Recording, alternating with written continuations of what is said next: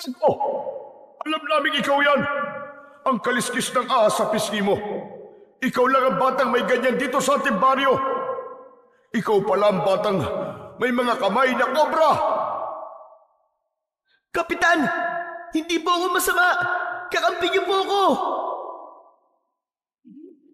Hindi maaari ito. Tila nabot mo na ang lulok ng iyong kapangyarihan. Paano ito nangyari? At tapusin na kita, kamandag! Sisiguraduhin ko na ikaw naman na magmamakaawa sa akin ngayon! Magandang araw po sa inyong lahat. Ang kwentong inyong mapapakinggan ay tungkol sa batang si Greco na bugbog sa pangungutya dahil sa kaliskis ng ahas sa kanyang muka. Nang magsimulang sumalakay ang mga aswang sa kanilang baryo, ay ipinagkaloob sa kanya ni Lolo Agapito ang isang makapangyarihang kwintas na mula pa sa ama ni Greco na isang taong reptilian o kawangis ng mga ahas. At ang kwintas na yon ay hindi lang niya ginamit upang protektahan ang kanyang sarili, kundi ang lahat ng mga tao sa kanilang lugar. Magagawa nga bang tanggapin ng mga tao si Greco sa kabila ng kahindik-hindik niyang anyo? Magiging sapat nga ba ang pagiging tagapagtanggol niya upang makamit niya ang respeto at pagtanggap na matagal niya nang inaasam? Ngunit bago po ang lahat, mga idol, huwag po nating kalimutan mag-subscribe at i-hit ang notification bell sa aking YouTube channel na The Voice Addict at Apong Isaac para sa mas marami pang makapigil hiningang kwentong aswang at katatakutan mula sa mundo ng kababalaghan. Umpisahan na po natin ang kwento. Greco, bakit naman may bagas na yung mukha mo? Hindi ba tinutusan lang kita bumili ng toyo at suka para sa adobo? Paano po si Kaloy? Tinukso na naman po ako. Ang sabi niya may galis daw po ang mukha ko, nakakadiri daw po ako. Ayun, napikon po ako kaya sinuntok ko po sa nguso. Tapos pinagtulungan po ako ng mga kaibigan niya. Kung hindi naman po sila madami, malamang si Kaloy po ang uuwing bugbog sarado.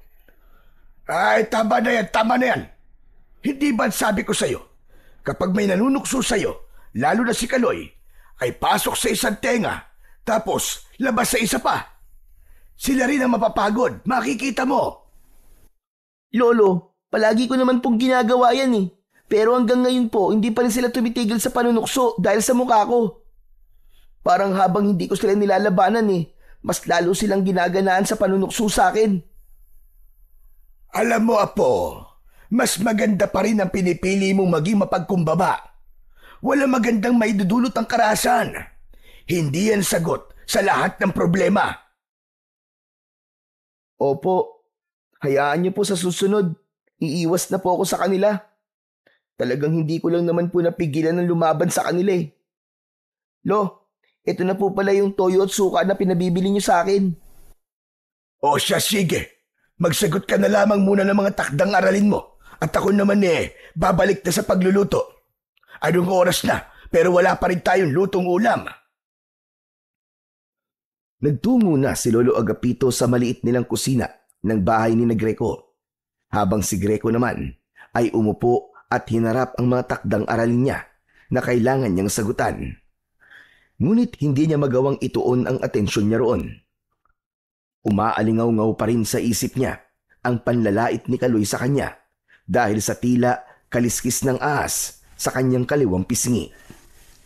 Ayon kay Lolo Agapito, isinilang si Greco na meron ng ganon sa muka. Pinaglihi raw kasi siya ng namayapa niyang ina sa ahas, kaya marahil ay may kaliskis ng ahas ang kanyang muka. Simula na magkaisip si Greco, ay namulat na siya sa panunukso ng mga batang kaedad niya. May iba rin na gaya ni Kaloy na sinasabing galis ang nasa kanyang muka. Hindi nagtagal ay tinawag na siya ni Lolo Agapito para maghapunan. Habang kumakain ang maglolo, ay tahimik pa rin si Greco. Greco, Apo, bakit parang ang tamlay-tamlay mo? Huwag mong sabihin, ayaw mo ng ulam natin ngayon. Hindi ba paborito mo yung adobong baboy? Lo, naisip ko lang po kasi na kung buhay siguro si nanay, ay may magtatanggol po sa akin, no? Aba, oo naman. Kilala ko ang nanay mo. Ayaw nung naaapi ang mga mahal niya sa buhay. Lalo ka na, kasi anak ka niya. Si tatay po kaya, kung nandito po kaya siya ipagtatanggol niya rin po kaya ako? Nasamid bigla si Lolo Agapito. Uminom muna ito ng tubig bago muling nagsalita. Huwag na natin pag-usapan ng tatay mo, Greco. Pero hindi po ba ibuhay pa siya? Buhay pa nga siya, pero iniwanan niya kayo ng nanay mo. Biruin mo, hindi ka pa naipapanganak sa mundo, ay para na siyang bulang naglaho. Kaya ayoko nang nababanggit mo ang tatay mo. Nagkakaintindihan ba tayo? Walang imik na tumango si Greco. Kahit ang totoo, ay nais niyang mapag-usapan nila ang tatay niya. Base sa kwento ni Lolo Agapito, iniwanan ng tatay niya ang kanyang nanay habang buntis ito. Walang nakakaalam kung saan ito nagpunta at labis yung dinamdam ng nanay ni Greco. Habang ang nanay naman niya ay nasawi matapos siyang ipanganak. May hinala si Lolo Agapito na labis na iniisip ng nanay ni Greco ang pag-alis ng asawa nito. Kaya nabinat ito at bigla na lang binawian ng buhay. Sa kabila ng kakaibang bagay na nasa mukha ni Greco, ay pinipilit pa rin niyang mabuhay bilang isang normal na bata. Ngunit halos lahat ay nilalayuan siya dahil sa kakaiba niyang itsura. Madalas siyang mapaaway, hindi lang sa baryo nila, kundi maging sa eskwelahan. Ilang beses din siyang huminto sa pag-aaral dahil sa matinding pambubuli sa kanya. Kaya sa edad niya na 11, ay grade 3 pa lamang siya. Isang hapon, umuwi si Greco mula sa eskwelahan na namumugto ang mga mata. Nang makita siya ni Lolo Agapito, ay may pag-aalala siya nitong kinausap.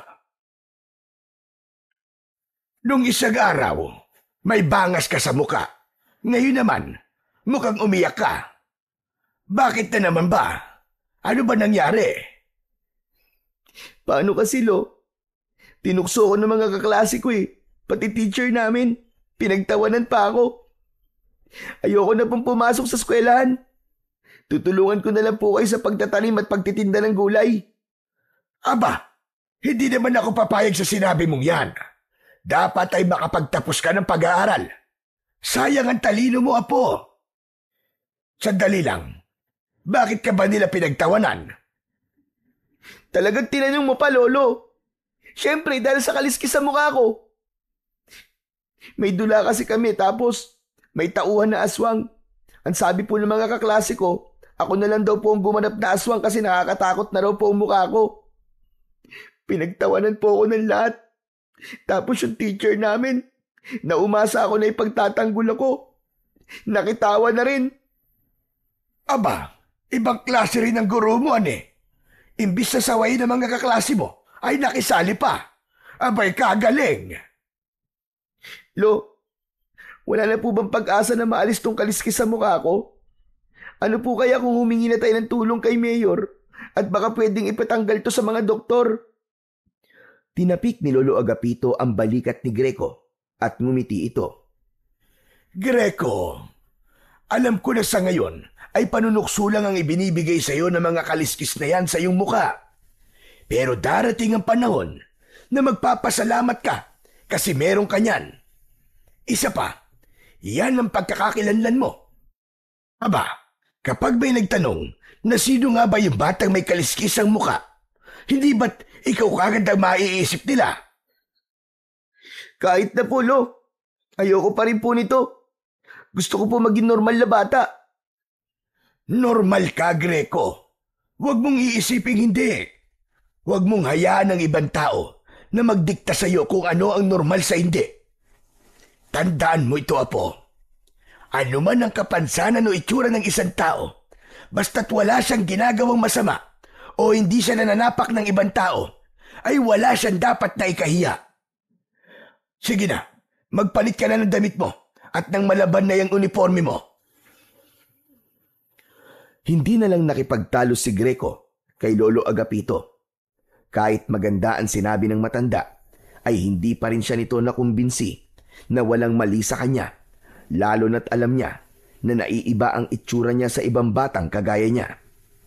Kaya nangako siya sa kanyang sarili na kapag may trabaho na siya, ay mag-iipon siya ng pera at ipatatanggal niya talaga sa mahuhusay na doktor ang kaliskis ng ahas sa kanyang muka. Makalipas ang ilang araw, kumalat sa baryo ni Greco ang pagkawala ng mga alagang hayop. May mga nagsabi rin na natagpuan ng ilan ang mga alagang baboy at kambing sa bukana ng gubat na wakwak ang tiyan at durug-durug ang mga lamang loob. Kahit walang alagang hayop, ay nakaramdam pa rin ng pagkabahala si Greco at Lolo Agapito sa pangyayaring yon sa lugar nila. Nakakatakot na talaga ang nangyayari dito sa baryo natin, Apo. Wala namang ganito noon. Sino namang kaya ang salarin sa pagpatay at pagkawala ng mga alagang hayop? Kaya nga po nadaanan ko nga po kanina si Aling Tonya. Nagmumura kasi yung mga manok niya ay nakita niyang wala ng mga ulo paggising niya. Lo, hindi po kaya adik ang gumagawa nun? Pwede. Pero, pwede ring aswang. Aswang? Totoo po ba talaga mga aswang, Lo? Sa tagal ko po kasing nabubuhay, hindi pa po ako nakakakita ng aswang hanggang ngayon. Kung makapagsabi ka namang matagal ka nang nabubuhay, ay parang magkaedad lamang tayo. Pero Apo, totoo. Totoo mga aswang. Ilang beses na ako nakakita nun. Alam mo ba, nung ipinagbubuntis ng lolo mo, ang nanay mo, ay inaswang siya. Mabuti na nga lang at matapang ako. Kinuha ko yung matalas na itak. Tapos hinarap ko yung aswang. Ayun, natakot sa akin. Kaya umalis na lang siya at hindi na bumalik kahit kailan. Naniniwala po ako sa aswang, Lo. Pero dun po sa kinuwento nyo na natakot po sa inyo yung aswang, medyo may duda po ako Aba, huwag mo ko minamaliit Hindi ba naikwento ko na sa'yo na ang angkan natin ay mula sa lahi ng mga antingero. May ilang anting-anting akong namana sa lolo ko nun at karamihan ay ginagamit sa pakikipaglaban sa mga aswang. Talaga po? Inasan po yung mga anting-anting nyo, Lo? Wala na. Nawala ng lahat. Nung nagkaroon kasi ng malakas na bagyo dito sa ating baryo nun, ay nagiba tong bahay natin. Natabunan ng putik ang mga gamit natin, kasama na nga yung mga anting-anting. Hindi ka pa ipinapanganak nun, kaya hindi mo yun alam.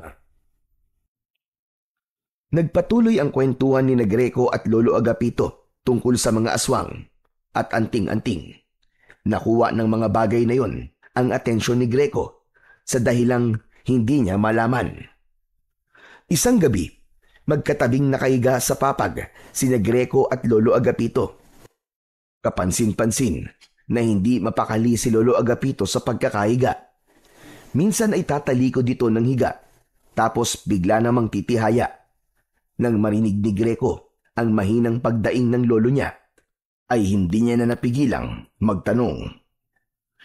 Lo, ano po ba nangyayari sa inyo?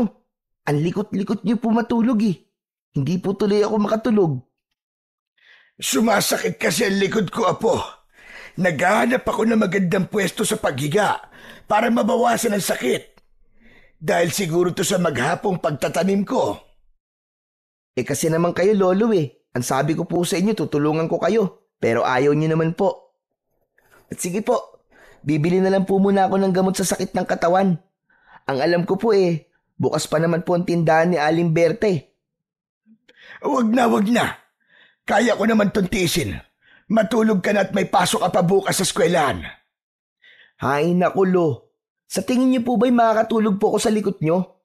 Sige na po, bibili na lang po ako ng gamot saglit. Hindi na nga nagpapigil pa si Greco kay Lolo Agapito. Tumayo siya at kumuha ng pera sa wallet ng lolo niya.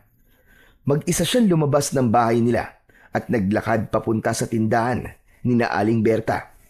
Ngunit bago siya makarating sa tindahan, ay nakasalubong niya si Kaloy. Hindi niya sana ito papansinin, pero humarang ito sa daraanan niya. Mayabang siyang tinitignan ni Kaloy. Hoy! Bakit nasa labas ka pa ng ganitong oras, ha? Hindi mo ba alam na may aswang na gumagala? Aswang? Hindi pa nga sigurado kung aswang yung pumapatay sa mga hayop, di ba? Tsaka, bibili lang ako ng gamot ni Lolo. Tumabi ka nga dyan. Sa bagay, kung ako ang aswang, hindi rin kita bibiktimahin, no? Kasi, matatakot ako sa mukha mo. Hoy, Kaloy, kung ako rin ang aswang, hindi rin kita kakainin. Kasi paniguradong maasim ang dugo mo. Lasang panis. Parang amoy ng kilikili mo. Nagusot bigla ang mukha ni Kaloy sa sinabing yun ni Greco. Agad niyang nakita ang pag-angat ng kamao nito para suntukin siya. Bago pa man dumapo ang kamao ni Kaloy sa mukha niya, ay mabilis niya na yung nahawakan. Matalim ang mga matang tinitigan ni Greco si Kaloy. Magpasalamat ka dahil masunurin ako sa lolo ko. Sinabi niya na wag akong makikipag-away sa'yo. Alam mo bang kayang-kaya kitang bugbugin ngayon, Kaloy? Hindi ako natatakot sa'yo, no? May kaliskis ng asa mukha. Inaano ka ba ng kaliskis ko sa mukha, ha? Wala ka ba magawa sa buhay mo? Kaya pati ako na nananahimik ay ginugulo mo? Siguro, hindi ka mahal ng mama mo, no? Ha, at least, meron akong mama. Eh ikaw, wala na. Tigok na. Hindi nagustuhan ni Greco ang sinabing ni Kaloy. Mariin niyang pinisil ang kamao nito at narinig niya ang pagtunog ng mga buto nito roon. Aray! Aray ko, tama na! Tama na, masakit! Marahas na binitiwan ni Greco ang kamay ni Kaloy. Umuwi ka na, Kaloy. Dahil kapag nagdilim ang paningin ko sa'yo, bubugbugin talaga kita dito. Tandaan mo, wala dito ang mga tropa mo ngayon. Kayang-kaya kitang balasahin. Umanda ka lang talaga sa akin bukas sa school. Aabangan kita sa gate. Matapos yun, ay nagmamadaling tumakbo palayo si Kaloy. Napailing na lamang si Greco dahil napatunayan niya na matapang lang pala si Kaloy kapag kasama nito ang mga kaibigan nito. Isinantabi muna niya ang inis niya at nagpatuloy na siya sa paglalakad papunta sa tindahan. Nagpasalamat sa Diyos si Greco sapagkat bukas pa ang tindahan ni Aling Berta at nakabili siya ng gamot na kailangan ng kanyang lolo Agapito. Bago siya umuwi, ay nagpaalala si Aling Berta na mag-iingat siya dahil may mga nagsasabi na meron nang aswang sa baryo nila at yun ang salarin sa pagkawala at pagkamatay ng mga alagang hayop.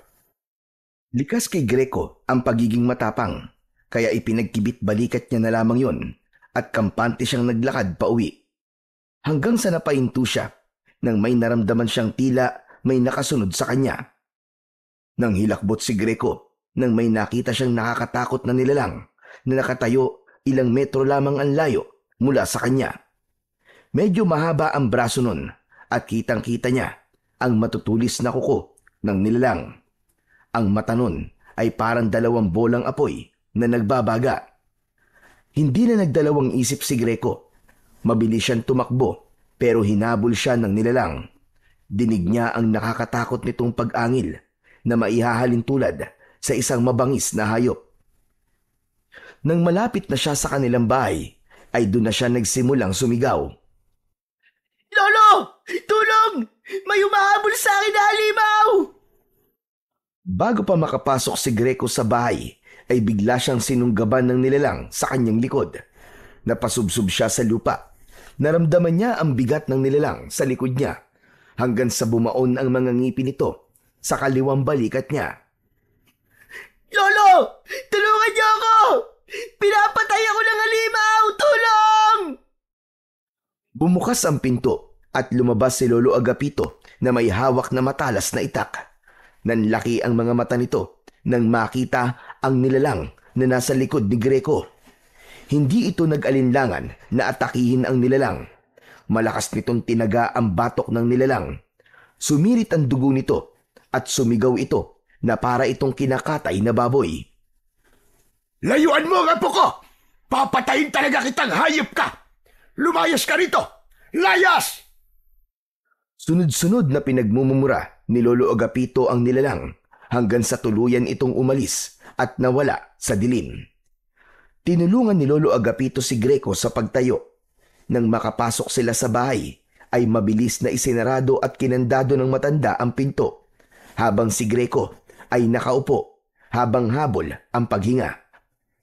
Agad na tinignan ni Lolo Agapito ang sugat sa balikat ni Greco. Kumuha ito ng panlinis at gamot para sa sugat. Lolo, ano po bang halimaw yun? Aswang yun, Apo. Isa yung aswang. Tama nga ang kumakalat na kwento na aswang ang dahilan sa pagkawala at pagpatay ng mga hayop dito sa ating lugar. Ngunit ang mas nakakatakot, pati yata tao ay binibiktima na niya. Mabuti na lamang at yan lamang ang nakuha mo, Apo. Hindi ko mapapatawad sa sarili ko kung napatay ka niya. Akala ko nga rin po kanina mamamatay na ako, Louie. Salamat po. Iniligtas niyo po ako. Mahigpit na niyakap ni Lolo Agapito si Greco. Ramdam niya ang labis na pag-aalala ng lolo niya sa kanya. Alam ni Greco na kung hindi agad nakalabas ang lolo niya, ay sigurado na sa oras na yon ay nasa kabilang buhay na siya. Kinabukasan, sa kabila ng sugat na natamo ni Greco mula sa aswang, ay pumasok pa rin siya sa eskwelahan dahil meron silang eksam. Habang mag-isang nakaupo sa ilalim ng puno ng mangga at kumakain ng turon, ay nilapitan siya ni Kaloy, kasama ang mga kaibigan nito. Matalim na tinignan ni Greco si Kaloy. Tumayo siya at aalis na sana, pero hinawakan ni Kaloy ang braso niya. Sandali lang. Aalis ka naman kagad eh. Masyado ka naman suplado. Wala akong oras para sa mga kagaya mo, Kaloy. Ano ka ba? Hindi kita aawayin ngayon. Wala na sa akin yung mga pinagsasasabi mo sa akin kagabi. Papalampasin ko na lang yun. Ang gusto ko lang malaman ay kung totoo ba ang kumakalat na kwento sa baryo natin na inatake ka raw ng aswang kagabi. Paano mo nalaman yun? Yung lolo mo kasi, panay ang kwento. Sabi niya, totoong may aswang sa baryo at inatake ka raw. Buti nga raw at buhay ka pa ngayon. Siguro, natakot sa iyo yung aswang, no? Nang makita yung pagbumuka mo. Ang sabi siguro ng aswang, naku po, mas nakakatakot pa sa akin tong kaharap ko. Takbo na! Malakas na nagtawanan si Kaloy at ang mga kasama nito. Tumiim ang bagang ni Greco, ngunit mas pinili niyang kumalma. Alam niya na kung papatulan niya si Kaloy, ay ipapatawag na naman si Lolo Agapito sa school at baka maging dahilan pa yon para makick out siyang muli. Wala akong oras para makipag-usap sa'yo. Aba, napakatapang mo na talaga ngayon ah. Dapat siguro, napatay ka na lang nung aswang kagabi para may libreng biskwit at kapila sa inyo. Para may pakinabang ka naman kahit papano. Inalis ni Greco ang kamay ni Kaloy sa braso niya at walang imik siyang naglakad papalayo. Dapat siguro, ikaw ang gawing palakot sa aswang, Greco. Sigurado ko na makita pa lang nilang mukha mo ay tatakbo na sila sa sobrang takot sa'yo. Patuloy lamang sa paglalakad si Greco. Nangako siya sa kanyang sarili na simula sa araw na yon ay iisipin na lamang niya na isang hangin si Kaloy. Napagtanto niya na walang maibubungang maganda ang pagsagot at pagpatol niya sa mga kagaya ni Kaloy na walang ibang nakikita kundi ang kapintasan ng ibang tao. Dumating sa punto na hindi na lang mga hayop ang nawawala sa baryo ni Greco. Kumalat ang balita na nawawala ang binatang anak ng kanilang kapitan. Makalipas ang ilang araw, ay natagpuan ang naaagnas nitong bangkay sa loob ng gubat. Wala na ang lamang loob nito at maraming kalmot at kagat sa iba't ibang parte ng katawan. Sa bawat araw na lumilipas ay mas lalo pang dumadami ang nawawala at natatagpuan na wala ng buhay. Doon na nga nagsimulang matakot ang mga tao. Wala nang nasa labas pagkagat ng dilim. Nabalot ng pangamba ang buong San Roque. Nagsimula na rin kumalat ang bulong-bulungan sa kung saan-saan tungkol sa aswang na gumagala sa kanilang baryo. May ilan na mas piniling umalis na lamang at manirahan sa malayong lugar. Ngunit ang mga kagaya ni Greco at Lolo Agapito na walang ibang mapupuntahan ay nanatili sa baryo. Isang umaga, napansin ni Greco na tahimik si Lolo Agapito habang nag-aalmusal sila. Hindi yun normal dahil sanay siya na magkwento ang matanda, lalo na kapag kumakain sila. Ramdam niya na may kung anong gumugulo sa isip ng kanyang lolo. Lo, kanina ko pa po napapansin. Bakit ang tahimik niyo po? May iniisip ka, no? Paanong hindi ako mag-iisip pa po? Nakakatakot na dito sa baryo natin. Kung may iba lang sana tayo mapupuntahan, sana'y umalis na tayo dito, gaya ng iba. Lo, hindi naman po tayo lumalabas tuwing gabi. Tsaka nag-iingat din po tayo. Palagay ko po ay okay na po yun, para hindi po tayo mabiktima ng aswang. Muntik lang naman po ako mapatay ng aswang dati, kasi nasa labas po ako. Hindi ganun kadaling maging ligtas sa isang lugar na may gumagalang aswang, Greco. Kayang-kaya nilang pasukin ang isang bahay kung nanaisin nila. Kaya nilang mag-ibang anyo para linlangin ang mga tao. Kung ako lang ang nandito, ay walang problema sa akin. Matanda na ako at handa na ako mamatay kahit na anong oras. Pero ikaw, Apo, ikaw ang inaalala ko. Napakabata mo pa at marami pang pwedeng mangyari sa iyong buhay. Lo, wag naman po kayo magsalita ng ganyan. Para po kasing nagpapaalam na kayo sa akin eh. Paano po ako, Lo, pag nawala po kayo? Saka, Lo, kaya ko naman po ang sarili ko eh. Sinusunod ko po ang mga sinasabi niyo sa akin para hindi po kayo nag-aalala. Alam ko, Apo, pero hindi natin alam mga pwedeng mangyari sa mga susunod na gabi. Kailangan ay masiguro kung ligtas ka at kung sakali man ay meron kang panlaban sa aswang. Natigilan si Greco. Seryosong-seryoso ang lolo niya at parang may iba pa itong nais sabihin. Maya-maya ay malalim na huminga ang matanda. Tumayo ito at may kinuha sa lumang aparador. Nang bumalik ito sa pagkainan, ay may hawak itong maliit na kahon na gawa sa kahoy. Inilapag nito yon sa gitna ng lamesa. Lo, ano po yan? Hindi sumagot si Lolo Agapito. Binuksan nito ang kahon at tumambad kay Greco ang isang kwintas na may kakaibang palawit. Ang palawit ay kulay itim na parang pinatigas na kaliskis. May kalakihan ang kaliskis, kaya sigurado siya na nagmula yon sa isang malaking hayop. Lo, ano po ang kwintas na yan? Naibibenta po ba yan, Lo? Ang gusto ko sana ay manatiling lihim ang bagay na ito. Pero sa nangyayari ngayon, dito sa ating baryo, ay wala na ako mapagpipilian pa, kundi ang sabihin sa iyo ang lahat. Greco, makinig kang mabuti sa akin. Alam kong mahirap paniwalaan ang mga sasabihin ko, pero sana ay lawakan mo ang iyong pag-iisip. Lolo naman eh. Kinakabahan naman po ako sa mga sinasabi niyo eh. Muling nagpakawala ng malalim na paghinga si Lolo Agapito. Bago muling nagsalita. Apo, alam ko ang dahilan kung bakit may kaliskis ng ahas ang mukha mo. Hindi yan dahil sa pinaglihi ng nanay mo sa ahas, kundi dahil ang tatay mo ay isang taong reptilian. Ang taong reptilian ay isang nilalang na kalahating tao at reptilian. Nagkataon na ang tatay mo ay kalahating ahas. Lolo naman eh. Saan comics niyo po ba binasa yung sinasabi niyo? Apo, nagsasabi ako sa iyo ng totoo. Hari ng mga taong reptilian ng iyong ama, na si Serpino.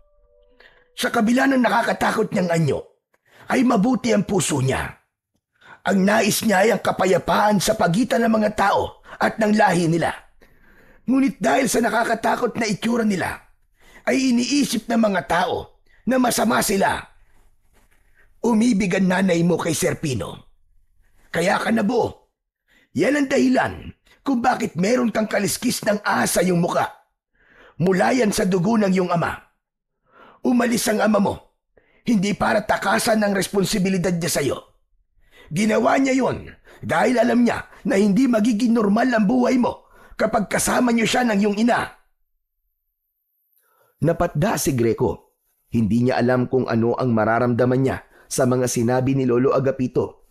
Pakiramdam niya ay isang napakalakas na bomba ng katotohanan ang sumabog sa kanyang harapan. Kinuha ni Lolo Agapito ang kwintas sa kahon at ipinakita yon kay Greco. Ang kaliskis na ito ay mula sa tatay mo. Ito ay dinasalan niya at niritwalan upang maging mutya ng kaliskis ng Haring Cobra. Bago siya umalis, ay ibinigay niya to sa iyong ina. Ang sabi niya, ibigay ito sa iyo sa takdang panahon dahil ito ang magiging proteksyon mo laban sa kahit na anong panganib at kapahamakan. Ang totoo ay hindi ko alam kung anong nagagawa ng mutya na ito, pero may tiwala ako kay Serpino. Alam ko na kapag ginamit mo ito, ay mabibigyan ka nito ng proteksyon mula sa mga aswang. Kung ganun, Lo, buhay pa talaga ang tatay ko? Hindi ako sigurado, Apo. Pero sa tingin ko, ay buhay pa talaga siya. Wala rin akong ideya kung nasan siya ngayon. Lo, ang hirap pong paniwalaan ng mga sinasabi nyo. Isang taong reptilya ng tatay ko. Isang taong ahas. Tama ka, Apo. Naiintindihan kita kung hindi ka kagad maniniwala. Pero wala akong dahilan para hindi sabihin sa iyo ang buong katotohanan. Naisip ko rin na karapatan mong malaman kung ano talaga ang pinagmulan mo. Muling tumahimik si Greco. Pilit niyang prinoseso ang lahat ng sinabi ni Lolo Agapito. Nanlalamig ang buo niyang katawan at hindi niya lubos maisip na hindi buo ang pagiging tao niya dahil may nananalaytay na dugo ng taong reptilian sa kanyang ugat. Tanggapin mo ang mutya ng kaliskis ng Haring Cobra, Greco. Ito ay nakalaan talaga para sa iyo. Ito ang magiging proteksyon mo laban sa mga aswang. Isuot mo ito kapag handa ka na at kapag may nararamdaman kang panganib sa paligid. May pag-aalinlangan na kinuha ni Greco ang kwintas. Nang nasa palad niya na yon, ay may kakaibang init siyang naramdaman mula sa kaliskis. Tila may maliliit na bultahe na kumikiliti sa kanyang palad, kaya napagtanto niya na totoong merong kapangyarihan ang isang piraso ng kaliskis na yon. Matapos malaman ni Greco ang buong katotohanan sa kanyang pagkatao, ay hindi na natahimik ang utak niya. Tinanggap na niya na ang tatay niyang si Serpino ay isang taong reptilian. Kaya nais niya sanang makita ito at makausap upang ito mismo ang magsabi sa kanya ng lahat. Ngunit alam niya na sa panahong yun ay imposible yung mangyari, lalo na't maging si Lolo Agapito ay hindi alam kung nasaan ito. Isang gabi, nakadungaw si Greco sa bintana habang hawak ang kwintas na may kaliskis ng kanyang ama. Mataman niya yung tinitignan. Ano kayang klaseng proteksyon na maibibigay mo sa akin? Habang nakatingin si Greco sa kwintas, ay tila may boses na paulit-ulit na bumubulong sa kanya na isuot niya ang kwintas. Hindi niya namalayan na kusa nang gumagalaw ang mga kamay niya. Isinuot niya sa kanyang leeg ang kwintas. Bigla siyang nakaramdam ng init na mabilis na kumalat sa kanyang buong katawan. Parang may biglang dumaloy na kuryente sa kanyang mga ugat at sumakit ang ulo niya dahil pumintig yun ng malakas. Nanginig siya sa takot habang unti-unting sumisikip ang hininga niya na parabang may nagbabagong malaki sa loob niya na hindi niya kayang kontrolin. Mabilis na lumapit si Greco sa salamin na nakasabit sa dingding. Pakiramdam niya ay huminto ang paghinga niya nang makita niya na hindi na normal ang kanyang mga mata. Ang bilog na itim sa kanyang mata ay naging dilaw at pahaba gaya ng isang ahas. Napaatras siya at agad niyang napansin ang kanyang kamay. Napasigaw siya sa gulat nang makitang nagbago ang itsura ng kanyang mga kamay at naging 2 ulo yun ng kobra. Gumalaw ang mga yon at lumalabas ang dila na parang may sariling buhay. Nang ibuka ng mga kobra ang bibig ng mga yon, ay nakita niya ang matutulis na pangil ng mga yon. Muling napasigaw si Greco sa labis na pagkabigla at takot. Lo! Lo, tulungan mo ako, Lo! Humahangos na pumasok sa bahay si Lolo Agapito. Ano ba nangyayari at sumisigaw ka? Naku, Diyos ko po! Maabagin langit! Ano nangyari sa'yo, Greco? Bakit may ganyan ang mga kamay mo? Maging si Lolo Agapito ay natakot sa itsura ni Greco. Kusang gumagalaw ang mga kobra niyang kamay na para bang yun ang may kontrol sa kanya. Hindi ko rin po alam, Lo. Isinuot ko lang naman po yung kwintas na binigay niyo sa akin eh. Tapos naging ganito na po ang itsura ko. Kapwa nataranta sina Greco at Lolo Agapito hanggang sa may narinig si Greco mula sa malayo na humihingi ng tulong. Kusang gumalaw ang katawan niya at bigla siyang tumalon sa bintana. Gwapo! Bumalik ka rito! Saan ka pupunta? Hindi ko po alam, Lo. Hindi ko po mapigilan ang mga paa ko. Tulungan niyo ako, Lo. Kahit anong pigil ni Greco sa pagakbang ng mga paa niya, ay hindi siya nagtagumpay. Tumakbo siya sa madilim na daan ng mabilis ang mga hakbang at halos hindi na dumidikit sa lupa ang kanyang mga paa. Hanggang sa makarating siya sa bukana ng gubat kung saan nakita niya ang isang lalaki na nakasubsob sa lupa. May sugat yon sa balikat habang may aswang na nakatayo sa paanan nito. Hindi nagdalawang isip si Greco. Itinaas niya ang kanyang mga kamay at agad na gumalaw ang 2 kobra na parang handang umatake. Mabilis siyang sumugod sa aswang at inundayan niya ng suntok ang aswang gamit ang kanang kamay at agad kinagat ng kobra ang braso ng halimaw. Napaatras ang aswang at umungol ito ng dahil sa labis na sakit. Umatake ang aswang kay Greco at tumalon ito papunta sa kanya. Subalit maagap siyang yumuko at binigwasan ng suntok ang tiyan nito. Ang kobra sa kanang kamay niya ay bumuga ng berdeng malagkit na likido at tumama yon sa muka ng aswang, direkta sa mata. Nagsisisigaw ang aswang habang mabilis na nilulusaw ng kamandag mula sa kobra ang muka nito. Gumapang ang likido pababa sa leeg nito hanggang sa umabot na sa tiyan. Para yung matapang na asido na sinusunog at nilulusaw ang bawat madaanan. Natunaw ang laman ng aswang hanggang sa umusok ang buong katawan nito at tuluyang humandusay sa lupa. Humihingal si Greco. Nanginginig siya sa pagod at kaba. Lumapit siya sa lalaking kanyang sinagip. Ngunit sa halip na magpasalamat ay nanlaki pa ang mga mata nito nang dahil sa takot. Napatingin ito sa mga kamay na kobra ni Greco at napasigaw ang lalaki, sabay takbo palayo. Ayos ah. Bigla na lang umalis. Salamat ah. Ikaw na nga niligtas eh. Ikaw pa ang tumakbo. Napako si Greco sa kanyang kinatatayuan. Tumingin siya sa kanyang mga kamay na hindi niya maikakaila na talagang kakaiba. Ano ba itong nangyayari? Bakit parang ang lakas-lakas ko kanina? Nang sandaling yon ay dumating na si Lolo Agapito. May dala itong kumot at itinakip nito yon sa mga kamay ni Greco. Pagkakita ng matanda sa walang buhay na katawan ng aswang ay nagulat ito. Diyos ko po, mahabagin langit! Greco, ikaw ba may gawa niyan? Hindi po ako, Lo. Ito pong 2 kobra sa kamay ko. Para pong kinokontrol nila ako eh. Wala po akong nagawa. Ang mabuti pa ay sa bahay na tayo mag-usap. Mahirap na at baka may makakita pa sa'yo rito. Inakay ni Lolo Agapito si Greco pabalik sa bahay nila. Nakayuko siya dahil baka may makakitang ibang tao sa kakaiba niyang mga mata. Habang ang kumot ay hindi niya inalis sa mga kamay niya na hanggang sa sandaling yun ay ulo pa rin ng kobra. Hindi nagtagal ay nakarating na sina Greco sa bahay.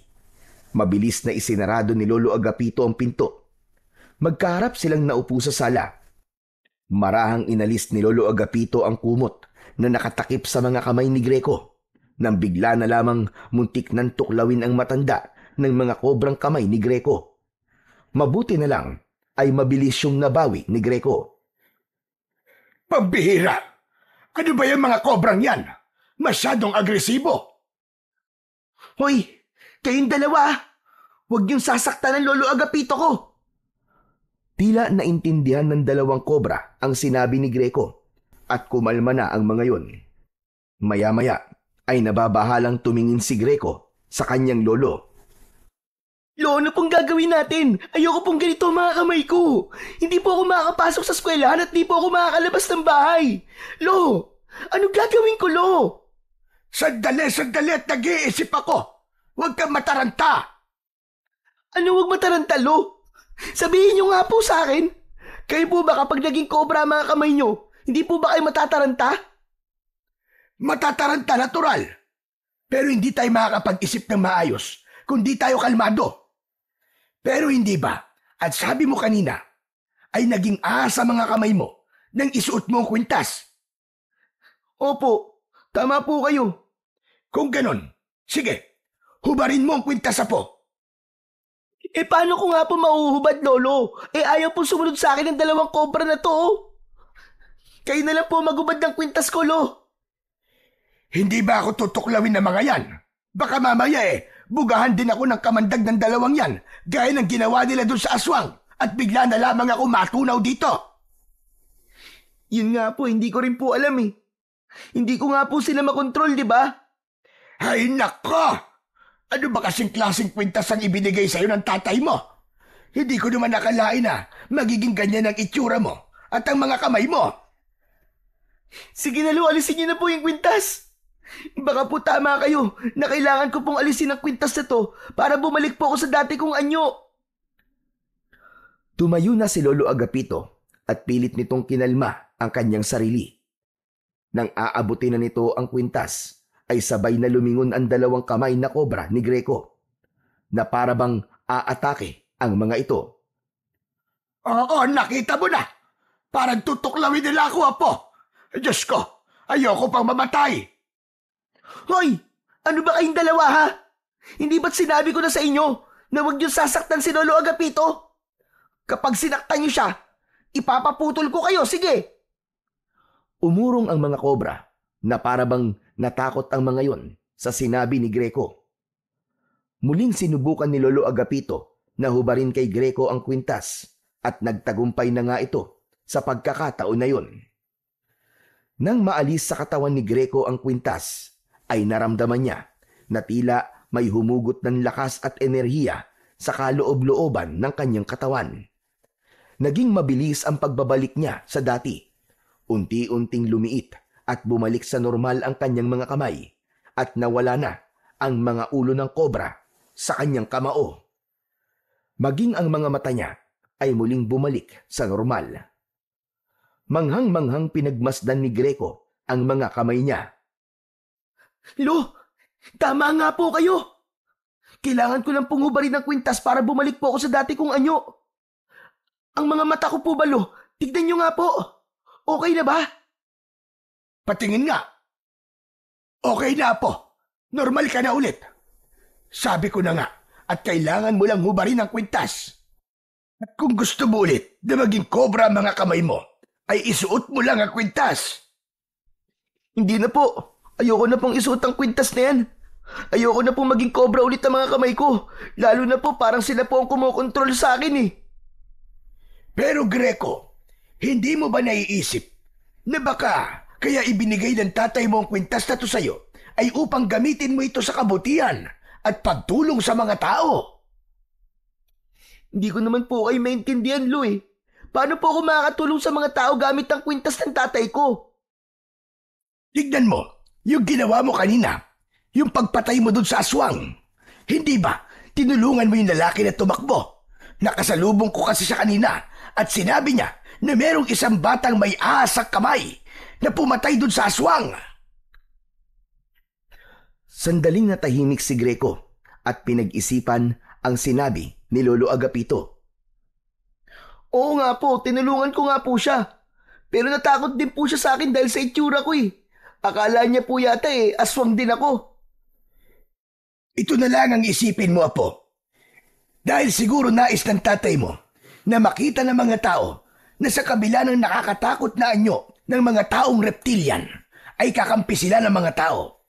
Hindi ba't nasabi ko na sa'yo na ang layunin ng iyong ama ay ang magkaroon ng kapayapaan sa pagitan ng mga tao at ng mga taong ahas? Ibinigay niya sa iyo ang kwintas upang gamitin mo ito sa pagtulong sa mga tao, upang makita ng mga tao na hindi kalaban ang inyong lahi. Ibig po bang sabihin ay makikipaglaban na po ako sa mga aswang mula ngayon? Kung kinakailangan ay oo, Greco. Hanggang sa makita ng mga tao, nakakampi ka at hindi kalaban. Pero siguro, Apo, gagawin mo yon na itatago mo ang totoo mong pagkatao at hindi mo ipapaalam na ikaw si Greco. Hindi ko po alam, Lo. Pero parang napakabigat naman po ng responsibilidad na yan para sa bata pong kagaya ko. Saka hindi ko po kayang kontrolin ng mga kamay ko kapag nagiging cobra sila. Nakita niyo naman po nangyari kanina. Hindi ko po napigilan ng pagtakbo ko. Kahit nga po yung pakikipaglaban ko sa aswang Hindi po ako ang gumawa nun, kundi yung dalawang cobra. Nasa katawan mo ang dalawang cobra, kaya ikaw ang dapat na kumontrol sa kanila. Matututunan mo rin silang kontrolin, Greco. Magtiwala ka lang. Kilala ko yung ama. Mabuti siya at hindi kanya ipapahamak. May dahilan kung bakit nais niyang gamitin mo ang mutya ng kaliskis ng Haring Cobra. Pag-isipan mo mabuti mga sinabi ko. Inabot ni Lolo Agapito ang kwintas kay Greco. Sandali niya yung tinitigan bago niya yun kinuha. Tinapik siya sa balikat ni Lolo Agapito, saka ito pumasok sa kwarto. Nang maiwang mag-isa si Greco sa bahay, ay nahulog siya sa malalim na pag-iisip. Nagtatalo ang puso at isip niya kung dapat ba niyang gamitin ang kwintas sa pagtulong sa mga tao o itago na lang niya yun at magpatuloy sa normal niyang buhay. Kinabukasan, mabilis na kumalat sa buong baryo ang kwento tungkol sa batang may kamay na kobra na lumaban at pumatay sa isang aswang sa bukana ng gubat. Maging sa mga katabing baryo ay umabot na rin ang kwentong yun. Nahati ang opinyon ng mga taga-baryo. May mga naniniwala nakakampi ang batang yun at isa yung tagapagtanggol dahil ito lamang ang nagkaroon ng lakas ng loob na labanan ng aswang. Ngunit may ilan ding natakot at naniwalang panganib ang dala ng batang yon dahil sa itsura nito. Nakarating kina Greco at Lolo Agapito ang usap-usapan ng mga tao. Habang nakahiga sila sa papag ng gabing yun, ay napag-usapan nila ang bagay na yun. Lo, sa tingin ko po ay hindi ko na dapat gamitin ang kwintas. Narinig ko po kasi kanina sa tindahan po ni Aling Berta na sinasabi daw po ng mga tao na halimaw daw po ako. Baka raw po mas masahol pa ako sa aswang. Mabuti na lang po talaga at hindi ako nakilala ng lalaking niligtas ko. Kung hindi, baka palayasin na po ako ng mga tao dito sa atin. Pero may mga nagsasabi rin, nakakampi ka at tagapagtanggol. Marami sila, Greco. Sila ang pakinggan mo at huwag ang mga taong nagsasabi na kalaban ka.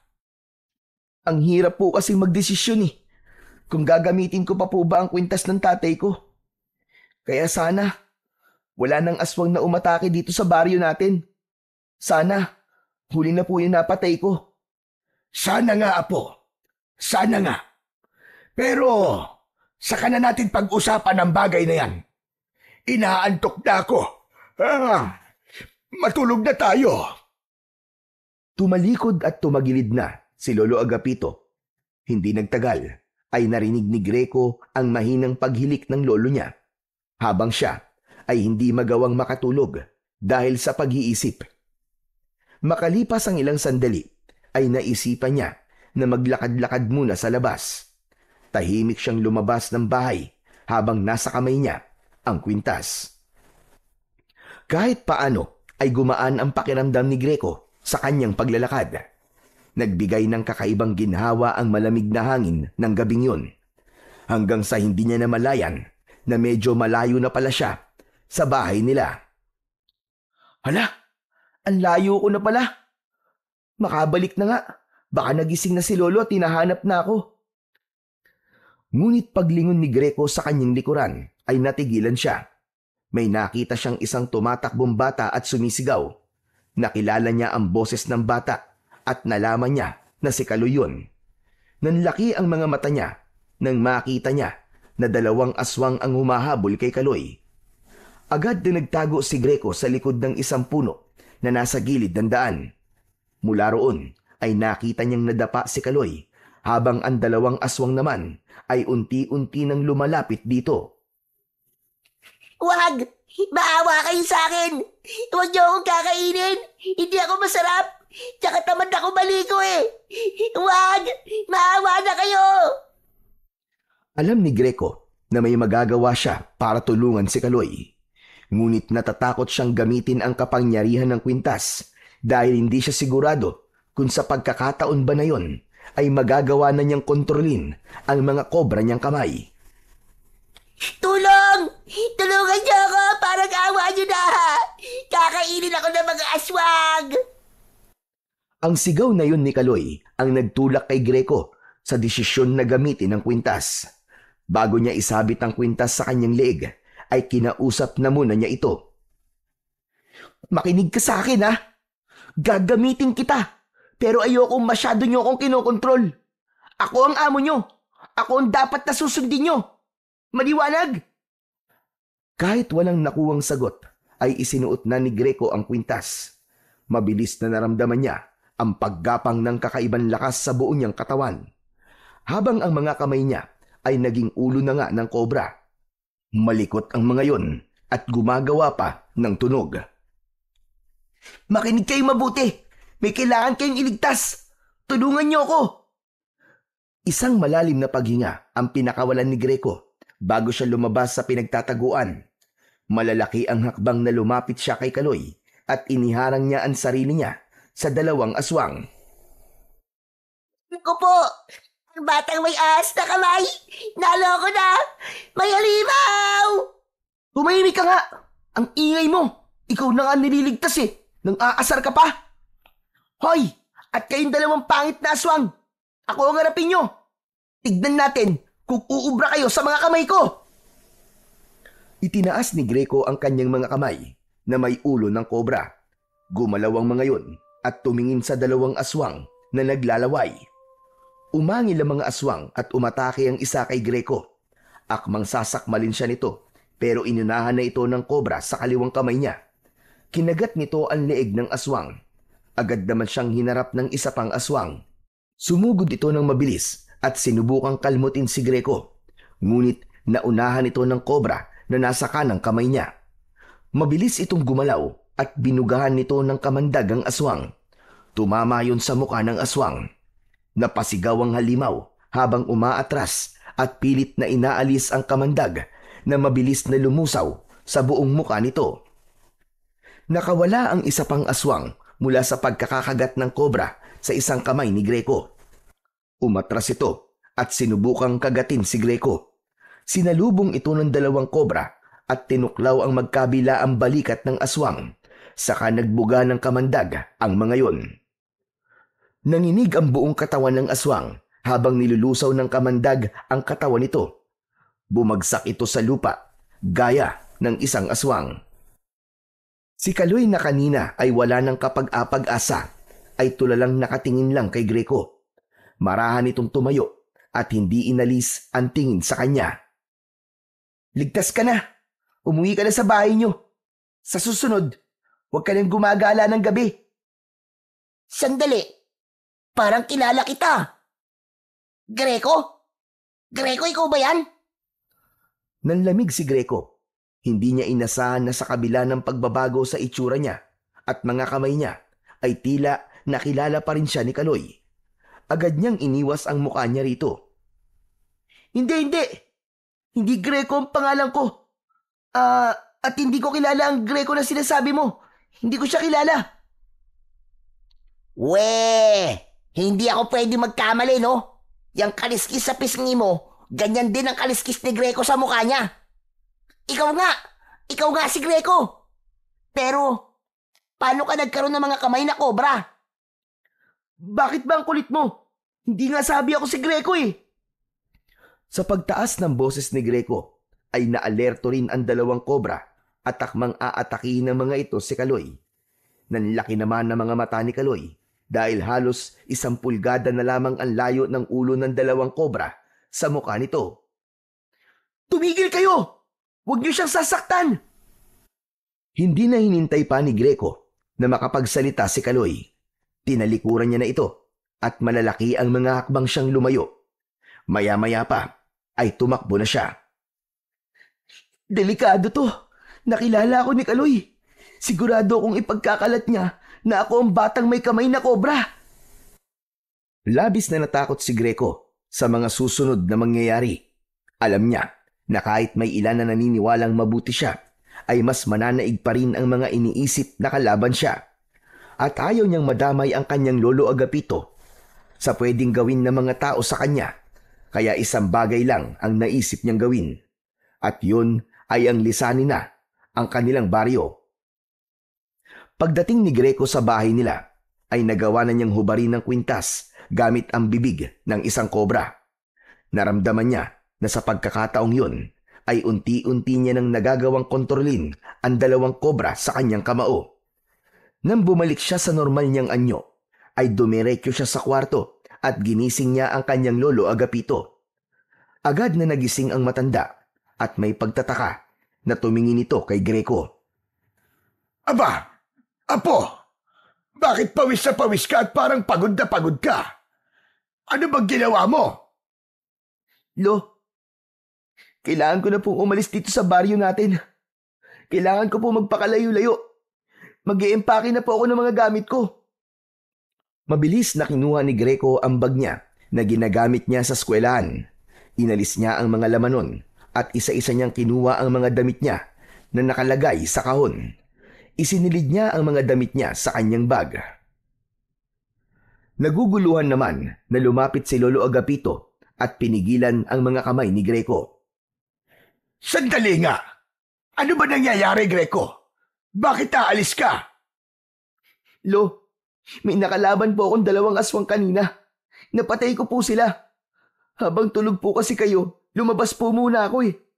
Tapos, nakita ko po si Kaloy na hinahabol ng mga aswang kaya tinulungan ko po siya. Pero lo, masama. Nakilala po ako ni Kaloy eh. Kahit tumanggi ako na hindi ako si Greco, ay parang sigurado po siya na ako ang batang may mga kamay na kobra. Anak ng kaliskis naman, oo. Bakit sa dami ng pwede makakilala sa'yo, ay ang Kaloy pa na yun? Kaya nga po kailangan ko na pong umalis dito sa baryo natin. Lo, kilala ko po si Kaloy. Sigurado po ako na ipagkakalat niya ang nalaman niya. Baka pagtulungan po ako ng mga tao na palayasin dito. Kaya, bago po nila gawin yun, ay ako na lang po ang aalis. Ipagpapatuloy na sana ni Greco ang paglalagay ng mga damit niya sa bag, pero muling hinawakan ni Lolo Agapito ang mga kamay niya. Mas mahigpit sa pagkakataon na yon. Greco, tumigil ka sa ginagawa mo. Hindi mo kailangang umalis. Lo, aalis na lang po ako. Baka patayin po ako ng mga tao dito sa atin eh. At saka, baka idamay ka po nila. Ayoko mapahamak po kayo ng dahil sa akin. Hindi ako mapapahamak. Huwag kang mag-isip ng negatibo. Hintayin muna natin ang mga mangyayari. At kung sakali mang hindi maganda ang pagtanggap ng mga tao sa kung sino ka, ay ako ang bahalang makipag-usap sa kanila. Hindi kita pababayaan. Dahil apo kita at mahal na mahal kita, Apo. Napaluwa si Greco sa sinabing yun ni Lolo Agapito. Naramdaman ng lolo niya ang takot niya, kaya niyakap siya nito at hinaplos ang likod niya. Lo, natatakot po ako eh. Nung wala pa sa akin ang kwintas, ay matindi na po ang panghuhusgang natatanggap ko mula sa mga taga rito sa atin. Eh ano pa po kaya? Kapag nalaman nila na isa akong halimaw. Hindi ka halimaw, Apo. Walang halimaw na may mabuting puso. 2 tao nang naililigtas mo. Siguro naman ay sapat na yon para isipin ng mga tao na hindi ka masama. Isa pa, tandaan mo ang layunin ng iyong ama. Kailangan magkaroon ng kapayapaan sa pagitan ng mga tao at sa mga taong reptilian na gaya mo. Alam kong ikaw ang susi para mangyari yun, Apo. At malay mo, kapag magkasundo na ang lahi mo at ang mga tao, ay magkaroon na ng lakas ng loob ang iyong ama na magpakita sa iyo. Bahagyang kumalma si Greco sa sinabing yun ni Lolo Agapito. Bagamat natatakot pa rin siya, ay pinili na lamang niyang alisin ang lahat ng negatibong bagay na tumatakbo sa kanyang isipan. Nang sumunod na araw ay maagang nagising si Greco. Tahimik siyang nakaupo sa may bintana ng kanilang kubo habang pinagmamasdan ang mga tao sa labas. Inasahan niyang anumang oras ay may kakatok sa kanilang pinto at palalayasin siya sa kanilang lugar. Malakas ang pakiramdam niya na sa oras na yon ay nagawa ng ipagkalat ni Kaloy ang nalaman nito tungkol sa kanya. Ngunit habang lumilipas ang oras, ay nananatiling payapa ang paligid. Sa mga sumunod na araw, ganun pa rin ang takbo ng mga bagay-bagay. Habang abala ang mga taga-baryo sa kanilang pang-araw-araw na gawain, si Greco naman ay patuloy na nag-aabang at laging may kaba sa dibdib. Dahil doon ay nagtaka si Greco. Isang umaga, habang abala si Lolo Agapito sa pagsisibak ng kahoy sa likod ng bahay, ay nilapitan niya ito at kinausap. Lo, nagtataka lang po ako. Bakit po kaya hanggang ngayon wala pa rin pong pumupunta mga tao dito sa bahay natin para palayasin ako? Aba, bakit? Gusto mo bang mangyari yon? Hindi naman po. Nagtataka lang po ako kasi sigurado po ako na sasabihin ni Kaloy ang mga nalaman niya tungkol sa akin. Huminto si Lolo Agapito sa ginagawa at tumingin kay Greco. Malay mo naman, hindi rin sigurado si Kaloy kung ikaw ba talaga yung batang may kamay na kobra. Kaya siguro hindi niya magawang maikwento sa iba. Pero hindi po kaya humahanap lang siya ng magandang pagkakataon para sabihin po sa lahat? Yung bang tipong mapapahiya ako o kaya naman wala na akong malulusutan? Maging positibo ka lang, Greco. Magpasalamat na lang tayo dahil hanggang ngayon ay hindi nangyayari ang iniisip mo. Alam mo, mas maganda kung alisin mo muna ang pangamba mo. Baka mamaya mapabayaan mo na ang pag-aaral mo ng dahil dyan. Kaya nga po Siguro po tama po kayo, Lolo.